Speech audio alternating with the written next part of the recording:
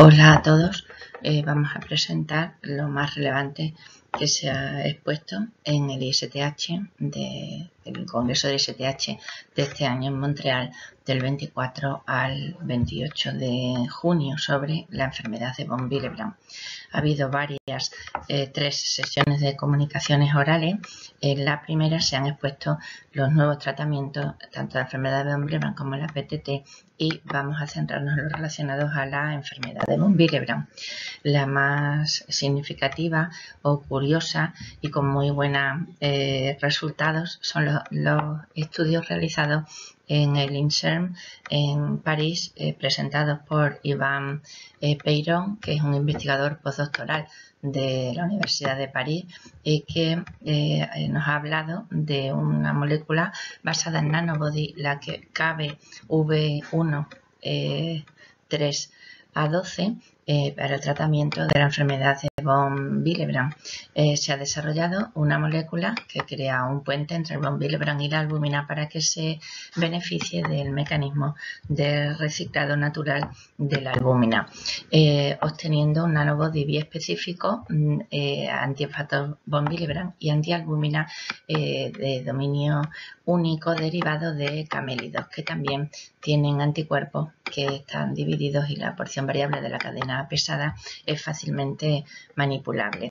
Han demostrado que este nanobody tiene una alta afinidad por el von Willebrand humano. En el ISA a la izquierda se puede comprobar, y además en silico docking comprueban que el epítopo está localizado en el dominio D3 del factor von Willebrand. Asimismo, se ha realizado la caracterización del nanobody de unión albúmina, y se une tanto a la albúmina de humana como de rata, y el epítopo está localizado en el dominio D3 de la albúmina. Han diseñado, combinando la secuencia de estos dos anticuerpos, el nanobody denominado KB-V13A12. A la derecha está el perfil de purificación de esta proteína con aproximadamente 30 kilodaltons, que se ha eluido como una proteína de cadena única. Y a la izquierda el ELISA diseñado demostrando que se une eficientemente esta molécula tanto al von Willebrand como a la albúmina, y en este modelo desarrollado previamente se puede comprobar la unión del KB tanto a la albúmina como al von Willebrand. Es un modelo que ellos han desarrollado y que yo no he podido poner aquí en movimiento, pero que demuestra la unión también del von Willebrand al factor 8. Para evaluar el efecto in vivo se valoró primeramente la modulación de los niveles de factor 8 en factor von Willebrand tras una única administración de KB-V13A12 in vivo de 5 miligramos kilo en un modelo de ratón que han diseñado en este laboratorio de enfermedad de von Willebrand tipo 1, que expresa aproximadamente un 11% de factor von Willebrand. Se midieron los niveles antes y en los días 1, 3, 7, 10 y 14 de haber administrado el KB, demostrando que esta única inyección subcutánea eleva los niveles de factor von Willebrand hasta 10 días, y ese aumento se acompaña del aumento en los niveles de factor 8. También se valoró el efecto del nanobody en un modelo de sangrado de corte de cola de ratón. Tanto previamente habían demostrado el sangrado en el modelo wild type, en el modelo que han diseñado con enfermedad de von Willebrand tipo 1, y luego en este modelo tratado con el KB, y se ha visto que restablece la molécula la hemostasia normal en el modelo de ratón con von Willebrand. En conclusión, este nanobody, el KB-V, podemos llamarlo V13A12, es un nanobody bivalente que combina un nanobody contra el dominio D3 del von Willebrand humano, y un nanobody que está dirigido al dominio D3 de la albúmina humana y de rata, que se une eficientemente in vitro a ambos, y que in vivo la administración subcutánea en modelos de ratón de von Willebrand, una administración de una dosis única de 5 miligramos kilo, aumenta los niveles de ambos de factor von Willebrand y factor 8 hasta 10 días y restablece la hemostasia funcional en el modelo de von Willebrand tipo 1. Otra comunicación muy digamos, significativas del Centro Irlandés de Biología Vascular es sobre el aptámero BT200, demostrando que prolonga la vida media bloqueando la interacción con el receptor LRP1 de los macrófagos de esta comunicación. La expuso Alain Chion, que ha trabajado con Sonia Águila actualmente en Murcia, una de nuestras grandes investigadoras. Hace un background sobre el receptor del LRP1 y el von Willebrand, que este receptor contribuye al aclaramiento del von Willebrand en interacciones dependientes de estrés de cizallamiento, y anteriormente se desarrolló el aptámero, el BT100, dirigido al dominio A1 del von Willebrand. Esta es una forma pegilada, aumenta los niveles de von Willebrand hasta 4 veces en sujetos sanos, y en pacientes con von Willebrand 2B se ha demostrado aumento de niveles de ambos, de factor 8, factor von Willebrand y de plaquetas, y también en pacientes con hemofilia A severa y leve. Han identificado mediante diferentes estudios el sitio de unión LRP1 del von Willebrand, que es la lisina 1405-1408, en el dominio A1 del von Willebrand, y por primera vez demuestran con diferentes estudios cómo el aptámero BT200 prolonga la vida media del factor von Willebrand, modulando la unión al LRP1. Y estos hallazgos explican que el von Willebrand mejora, el aptámero, mejora los niveles de von Willebrand en los pacientes con von Willebrand 2B. Otra comunicación de esta sección, presentada por Noah Linzolds del Departamento de Medicina Interna y de Trombosis y Hemostasia de Leiden, sobre la inhibición selectiva de alelo de factor von Willebrand mutante con pequeños RNA de interferencia para disminuir el fenotipo en ratas en el tipo 2B, porque aunque sabemos que hay más de 750 mutaciones descritas, con las opciones actuales de tratamiento realmente no se altera la producción del von Willebrand mutado, y lo que se pretende es que no se produzca el von Willebrand anormal, ya que el RNA de interferencia dirigido a un SNP, a un polimorfismo de nucleótido único en los ratones, han demostrado que con estos pequeños RNA en nanopartículas se produce el silenciamiento, y lo han demostrado que es factible en el von Willebrand tipo 2B, y hay una mejoría en el porcentaje de unión al colágeno con el von Willebrand antigénico, no hay diferencias en el recuento plaquetario, y datos preliminares sugieren la reducción en los agregados plaquetarios espontáneos. También se ha visto una corrección del tiempo de hemorragia en 2/3 de ratas heterocigotas para el 2B. Han presentado otras publicaciones al respecto que se señalan aquí. Y en la biología respecto a la sección de comunicaciones orales de la biología del factor de von Willebrand, Orla Rowley, que se disculpó porque no tenía una diapositiva de presentación, habló sobre el receptor, la estabilina 2, como regulador mayor del aclaramiento del propéptido del von Willebrand. Ambas moléculas, el propéptido y el von Willebrand, se almacenan en los cuerpos de Weibel-Pallas, se segregan en el plasma en una proporción 1:1. Y la utilidad clínica de demostrar, habitualmente utilizar la proporción propéptido von Willebrand antigénico. Este ratio se usa para identificar los pacientes, sabemos, con aclaramiento acelerado de von Willebrand, pero se asume que ese aclaramiento que la vida media del propéptido es relativamente constante, y debido a que hay escasez de datos en relación al aclaramiento del propéptido. Han realizado este grupo diferentes estudios en los que se demuestra de forma amplia el aclaramiento del propéptido y demuestran que el von Willebrand actúa como una chaperona que protege el propéptido del aclaramiento, que los glicanos en el hígado del propéptido regulan su supervivencia al plasma, que los macrófagos contribuyen al aclaramiento del propéptido y la estabilina 2 es el modificador más dominante de la supervivencia del propéptido en plasma. La estabilina 2, perdón, de la rata aclara el propéptido de rata, pero no el humano. En experimentos te puede dificultar algo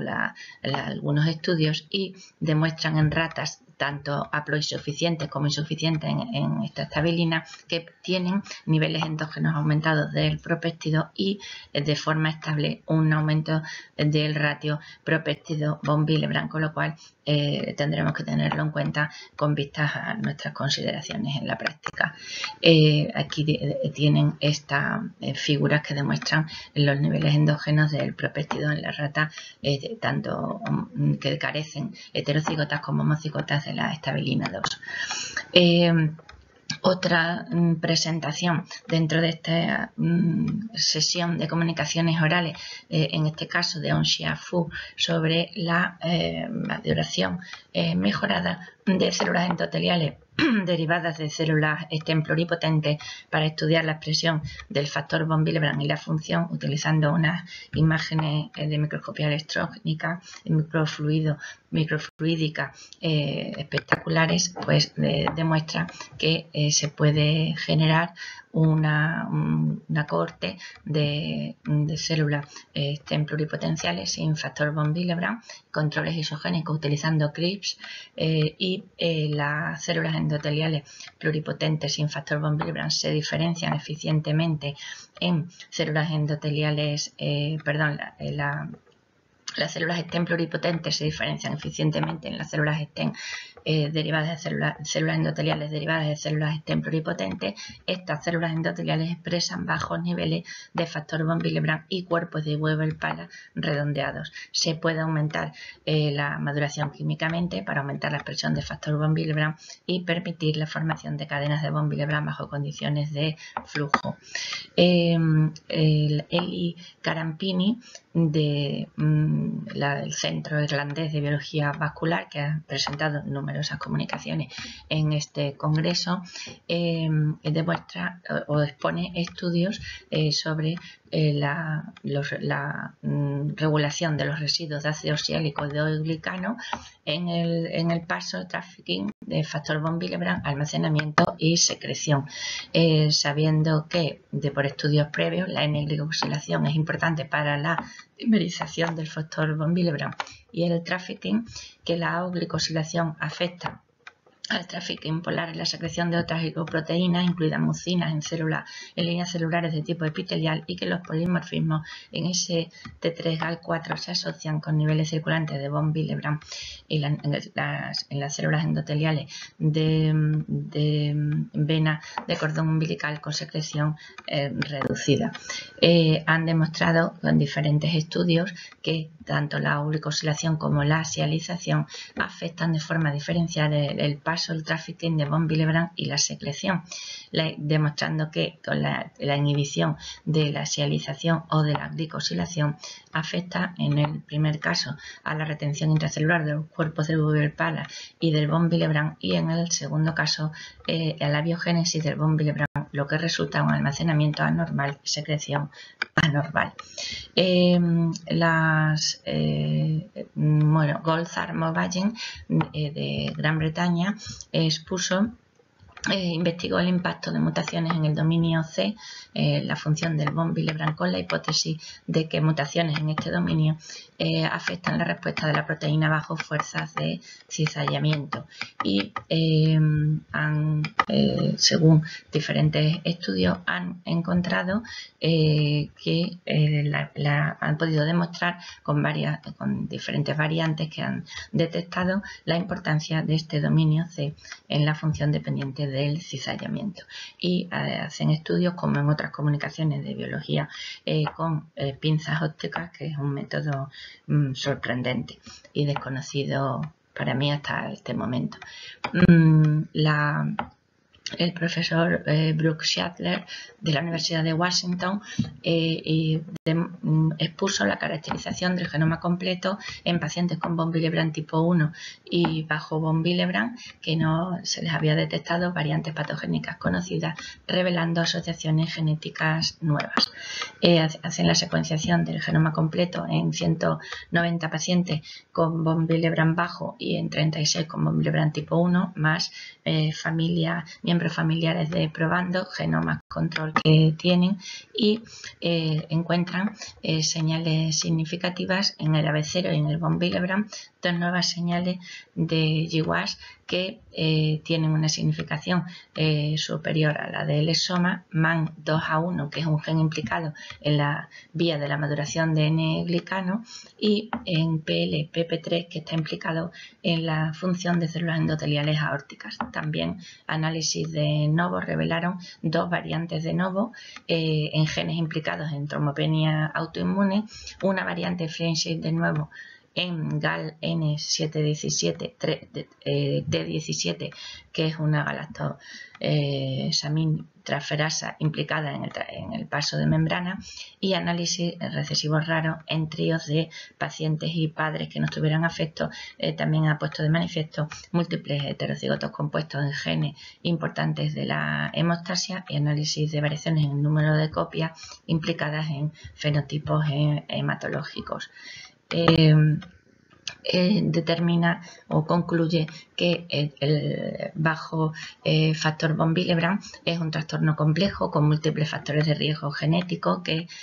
se necesita futuras replicaciones y funcionalización de variantes para poder tener un mejor entendimiento de estos pacientes, grandes cohortes, scores de riesgo poligénico poder desarrollar, colaborar con consorcios como el CHART genético, y un enfoque de multiomics permitirá la identificación de señales moleculares en estos pacientes. En la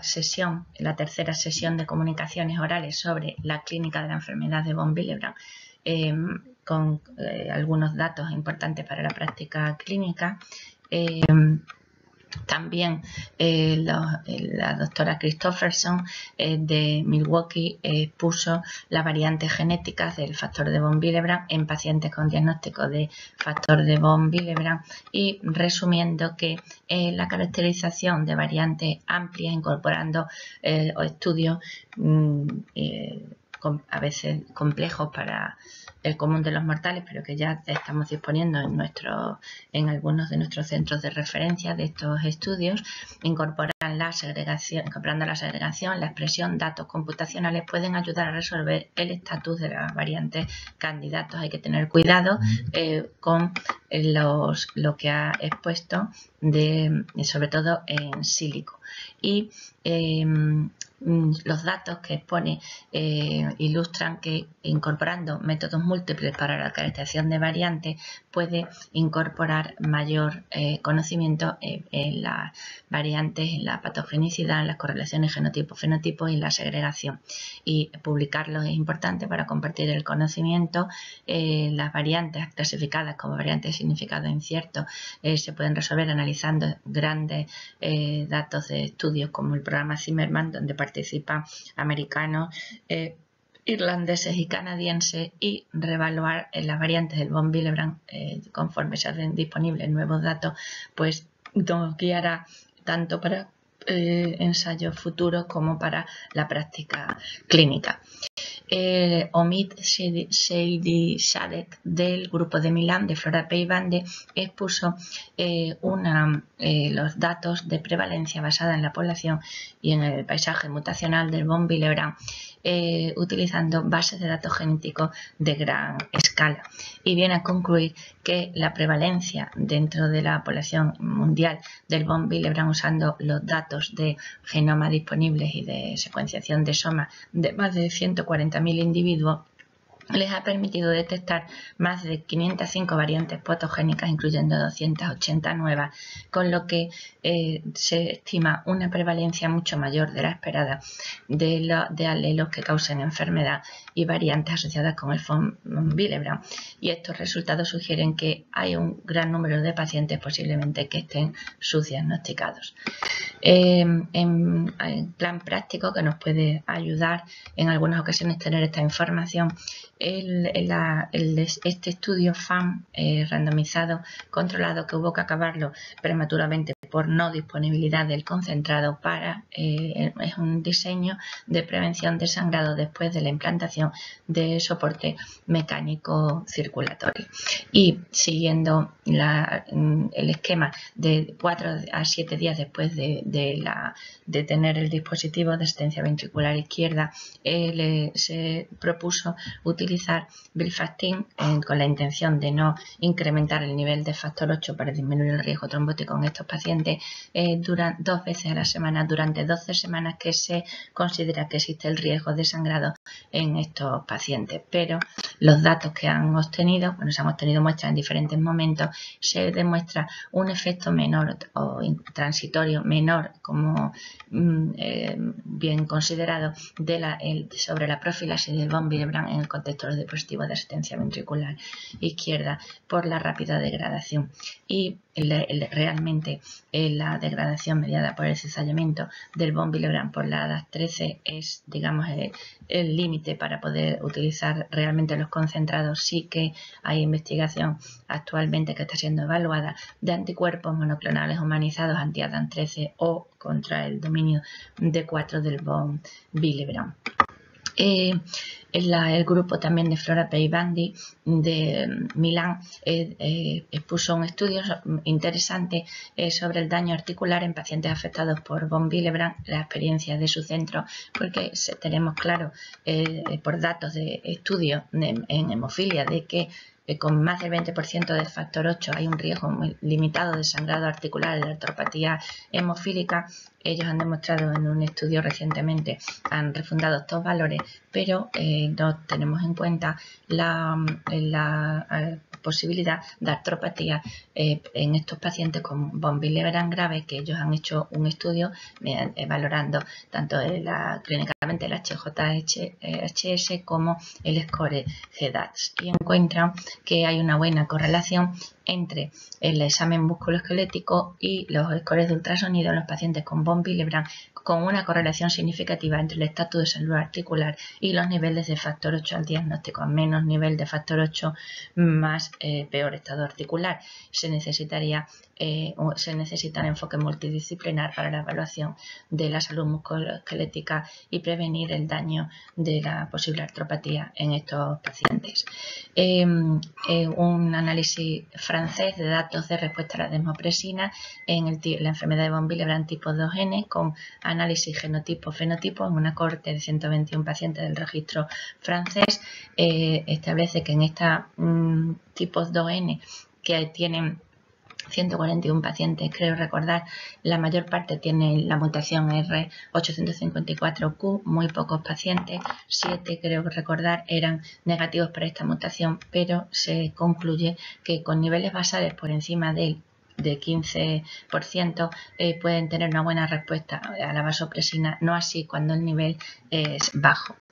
En el subcomité de von Willebrand y salud de la mujer, presentado por Robert Sidonio, se habló del trabajo de la mujer en la adolescente, del trabajo en adolescentes, en mujeres durante el embarazo en von Willebrand Peter Cuidis, que fue muy simpático, y que, lo que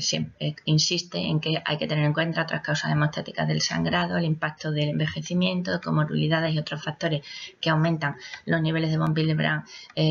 basal, que expone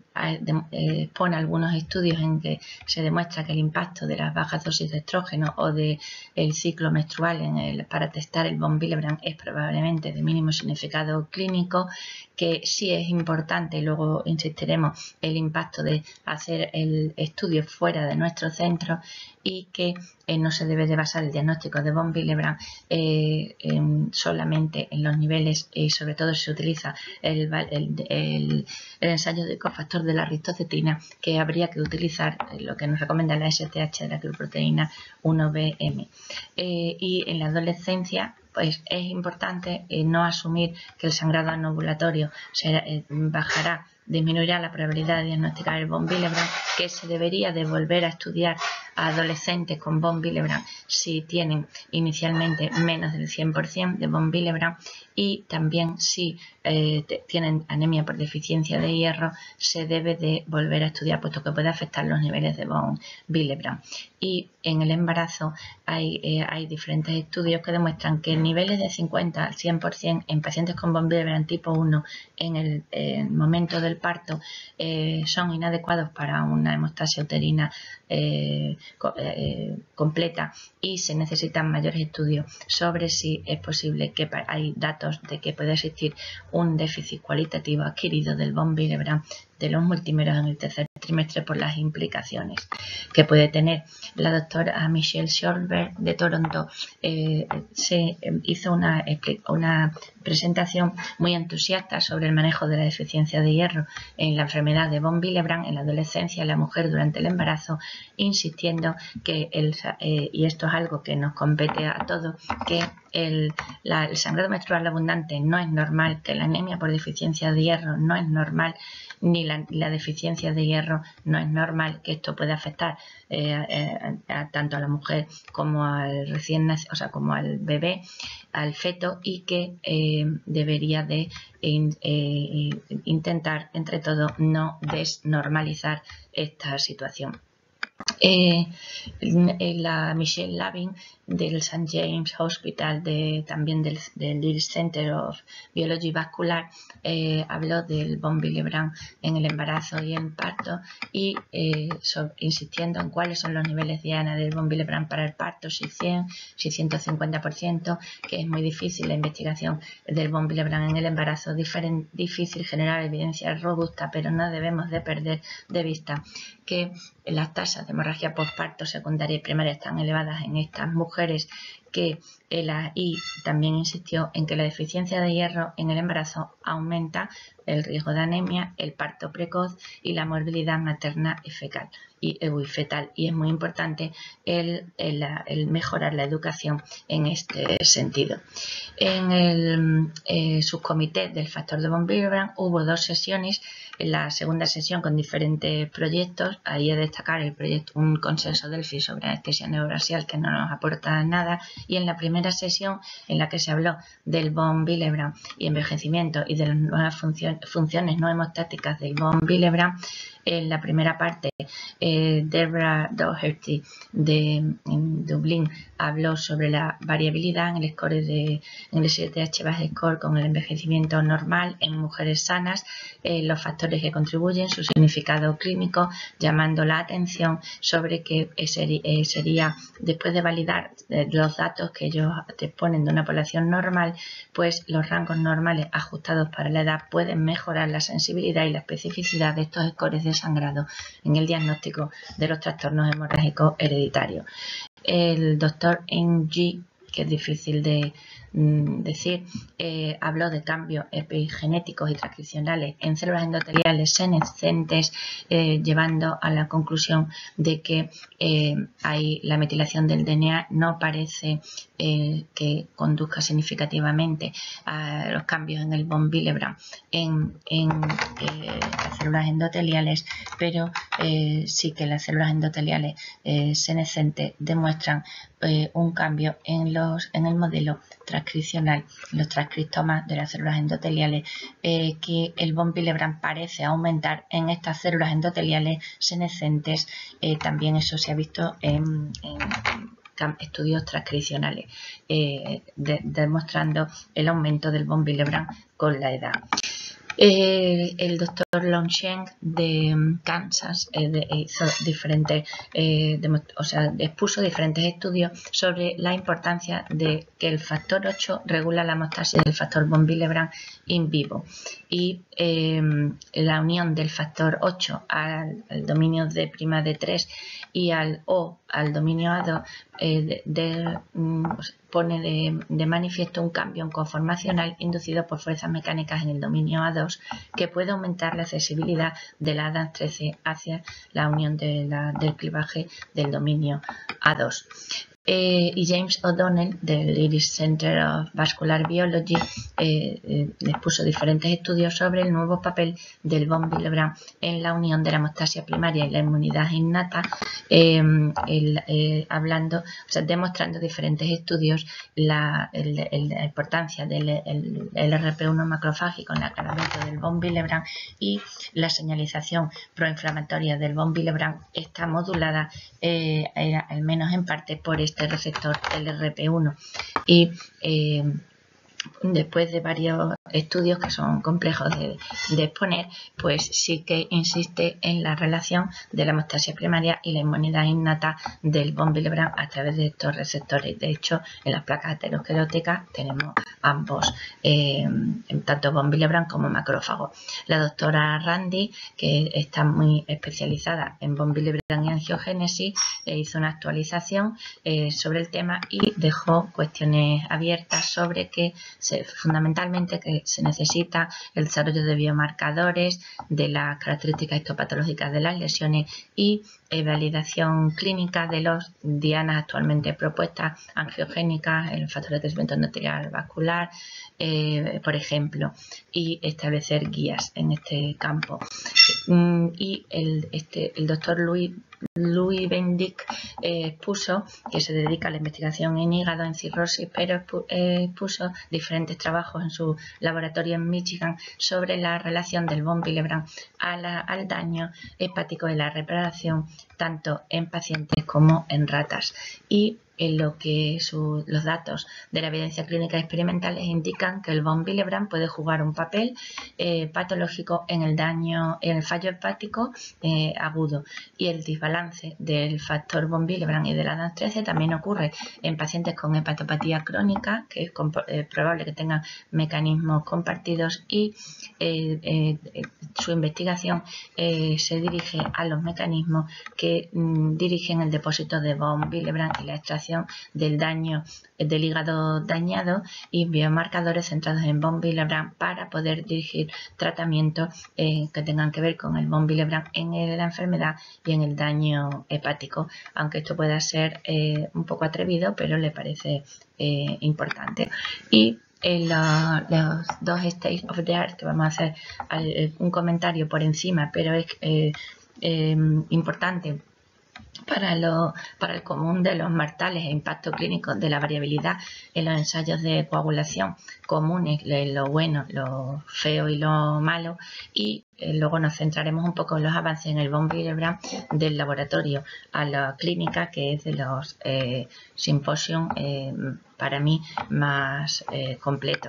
En el del impacto clínico de los test normales de laboratorio, la doctora Weiban insistió que lo bueno es que hay intentos de los expertos en armonizar el diagnóstico de von Willebrand. Lo malo es que se recomienda, como por ejemplo no utilizar el cofactor, que es lo que utilizamos hasta ahora porque es difícil tener la glioproteína 1M,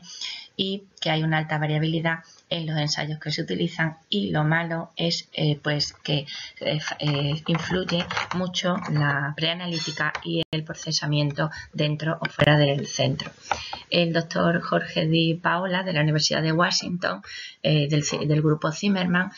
nos habló otra vez de otro aspecto de la genética, de la genómica del von Willebrand, y en los últimos 18 años han generado uno de los repositorios de muestras más grandes de los datos de von Willebrand, y se demuestran nuevas asociaciones genéticas del factor von Willebrand. Se necesita expandir estudios, sobre todo en cohortes multiétnicas, y usarlos en los datos de antepasados. De esta de las charlas que más me han gustado, de la doctora Caterina Casari del INSERM de París, que ella es investigadora, coinventora de la patente relacionada con el von Willebrand que pertenece a INSERM, y hablo de los nuevos tratamientos del factor de von Willebrand. Solamente comentó por encima estos monoclonales que pueden prevenir la degradación excesiva en von Willebrand adquirido o estudios genéticos, pero sí que se centró en las nuevas opciones terapéuticas, algunas ya comentadas inicialmente, y en algunas conocidas como el emicizumab y las nanopartículas plaquetarias. Respecto al KB-V13A12, que lo han diseñado en su laboratorio, ella ha demostrado utilidad en modelos de ratas de von Willebrand tipo 1 después de una dosis única hasta los 10 días, aumentando los niveles de von Willebrand y factor 8, pues considera que es prometedor su utilización en pacientes con bajo nivel de von Willebrand o von Willebrand tipo 1, porque la ingeniería de estas nanopartículas, según esta investigadora, es fácil. Respecto al Rondotriptán pegol, el BT200, ya hay ensayos clínicos en pacientes, o sea, en personas sanas y en pacientes con mínimos efectos secundarios, pero demostrando, realmente se diseñó para pacientes con trombosis, pero se ha demostrado que con mínimos efectos secundarios en pacientes con Willebrand 2B tiene efecto en aumentar el recuento de plaquetas, en los que tienen plaquetas bajas, en aumentar el von Willebrand, también en los voluntarios sanos se ha demostrado el efecto. Y bueno, lo insiste en esta diapositiva. El emicizumab, tenemos casos clínicos que conocemos sobre la utilización en von Willebrand con inhibidor, pero en von Willebrand tipo 2A en modelos de rata en su laboratorio no ha demostrado efecto, aunque sí está demostrado en otros modelos de von Willebrand y en pacientes con von Willebrand tipo 3, pero se necesitan más estudios al respecto. Y es muy importante la visión que dio de las nanopartículas inspiradas en plaquetas del laboratorio de Sem Gupta, y son se denominan syntoplates. Son nanopartículas basadas en fosfolípidos sintéticos que están decoradas con 3 péptidos y que colaboran con las plaquetas endógenas, mejorando la capacidad hemostática. Los 3 péptidos tienen diferentes funciones ahí detalladas. Y en el modelo animal de daño, traumático y modelos de rata con trombocitopenia inducida por heparina han sido eficientes, y considera que es un tratamiento muy prometedor, que tiene una alta estabilidad y que son fáciles también de producir. Y este doctor de Rotterdam pues expuso, si esta era la sesión del laboratorio a la práctica, lo único que tenía que ver con la práctica es cómo desempaquetar un kit de emergencia vascular, pero habló con unos estudios muy complejos y para mi conocimiento, que es básico comparado con este doctor, sobre la secreción del factor de von Willebrand de los cuerpos de Weibel-Palade. Y solamente un pequeño comentario, que hubo un simposio sponsorizado sobre los resultados del estudio WIL 31 en pacientes con von Willebrand y sangrado severo, que Robert Sidonio lo expuso, pero eran solamente 30 pacientes que venían del estudio prospectivo del WIL 29 para demostrar la efectividad de Pilates, y aquí demuestran que disminuye tanto la tasa de sangrado espontáneo como la tasa de sangrado, el haber tratado de forma eficiente en estos pacientes, independientemente de la edad, del sexo, y no hubo efectos trombóticos relevantes, y se mantuvo un aumento del factor 8 estable. Solamente recordar que también ha habido publicaciones comunicaciones en póster sobre von Willebrand, aparte de publicaciones, y muchas gracias a todos.